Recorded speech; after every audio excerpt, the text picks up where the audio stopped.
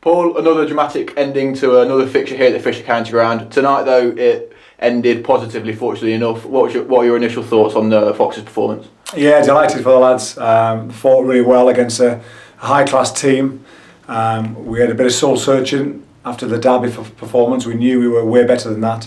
And, the guys came out, practiced brilliant before the game, had a real vibe about us tonight. And, we won key moments in the match. I think it was crucial. Callum Parkinson started the game brilliantly, 4 off his first over and a huge wicket. And we bowled cleverly. We used the big boundaries. Gavin Griffiths into that really strong wind from the Bennett end was class tonight. Absolutely magnificent. 4 overs, 1 for 23 into that wind was outstanding effort for the team. And genuine question, did the players know that it's not mandatory to take it down to the final over for a win? I'm sure there was some hearts pounding out there tonight. It certainly was. It kept us warm on a cool night. Listen, as long as we get over the line, that's what it's about. But ultimately, we'd love to get over the line in the derby game. Probably 7 or 8 balls to spare, but it wasn't to be. Tonight it was, and the lads' character they showed, the spirit they've got in the dressing room. They know that they can do this. They know they can beat anybody. As long as we execute well, we know we can beat sides. And people know their roles. Colin Ackerman has been incredible chasing in county championship cricket and in this format as well, the T20 format. In T20 format, looking at his stats just a little while ago, he's averaging over 50 chasing with a strike rate of over 150, which is world class. Aaron Lilly again supported him really well. Gareth Delaney hit another couple of great sixes, or certainly one massive 6. And really pleased for Aaron Lilly. He's got 1,000 runs up now in T20 cricket, which is a great achievement from him. The manner in which he strikes the ball so clean. He had a nice little partnership tonight with Ackers. They played beautifully. We ended the Notts power play. You'd argue saying we won it. And then they fought back with the partnership of Moores and Duckett in the middle to later overs, and then we fought back again with a flourish of wickets to finish off the innings. Were you happy with the score that Notts posted? Were you happy for us to go out there and chase it down? Yeah, definitely. We felt sort of 155 was probably about par score, but there's a really strong wind tonight, and the white balls get affected by that really strong wind. It adds another 10 or 15 yards onto the boundary into the wind, and it takes 10 or 15 yards off with the wind. So and that's what makes Gavin's performance tonight even more special, because he had to come hard into a really strong wind. 2 high-class players, Duckett and Moores, very dangerous in this format. 360 players, everybody's a catcher at any stage because these guys have got so much flair. But we knew that we started so well, and we knew we ended so well. Will Davies finished his last over, went for 116, and then he got out of the over with a wicket, a 2 and a 1. I mean, fantastic finish. I think they only got about 15 runs on the last 2 overs, which is high class from us. So delighted that we started well and finished well, which was talked about, because we take that momentum into the next innings. And just so pleased for the guys. We've worked so hard the last 24-48 hours to get this right.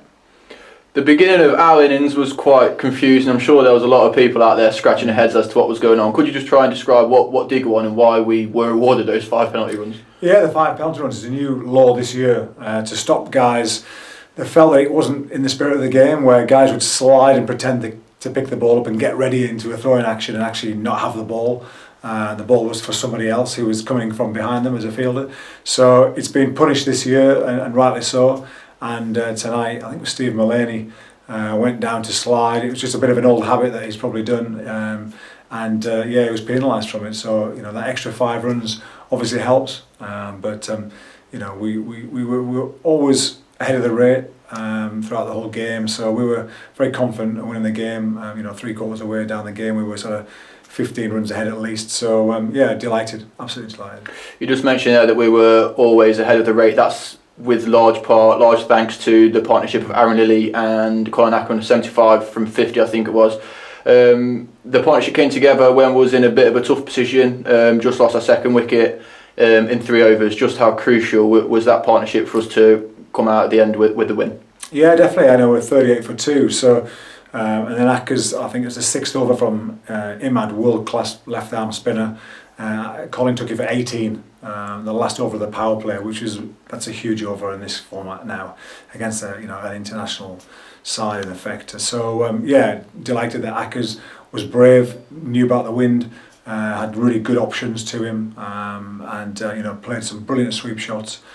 And showed his class, and then built, and then just took it down. He feels so confident chasing, just knowing what to do. A boundary, couple of twos, few ones.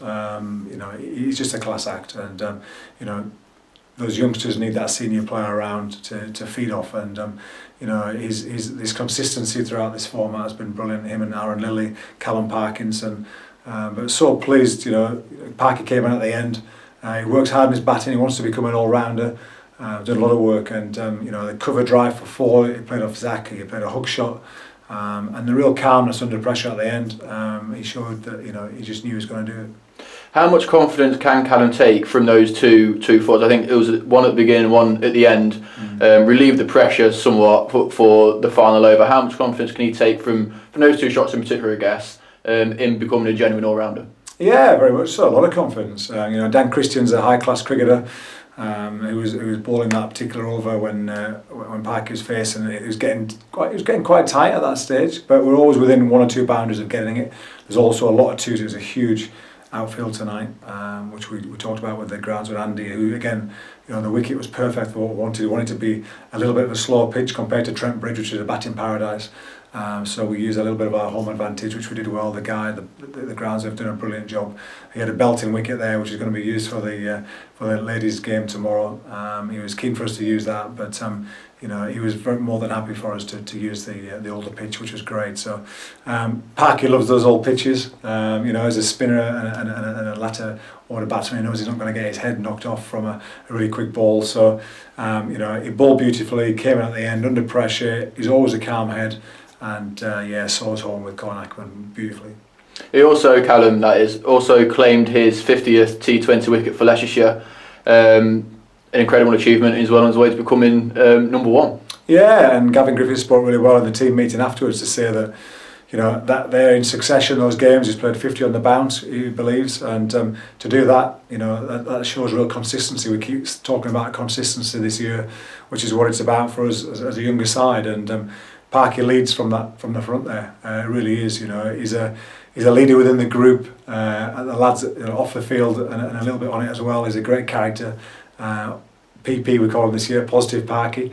He knows that he could be a bit negative in the past, but this year is all about being ultra positive, and we're seeing that, and we're seeing the results from that. His field has improved, his fitness has improved, his batting's improved, and he's bowling now beautifully. And I think he should be playing the 100. I really believe that. I think he should be playing cricket all around the world. Him and Colin Ackerman, they're so consistent.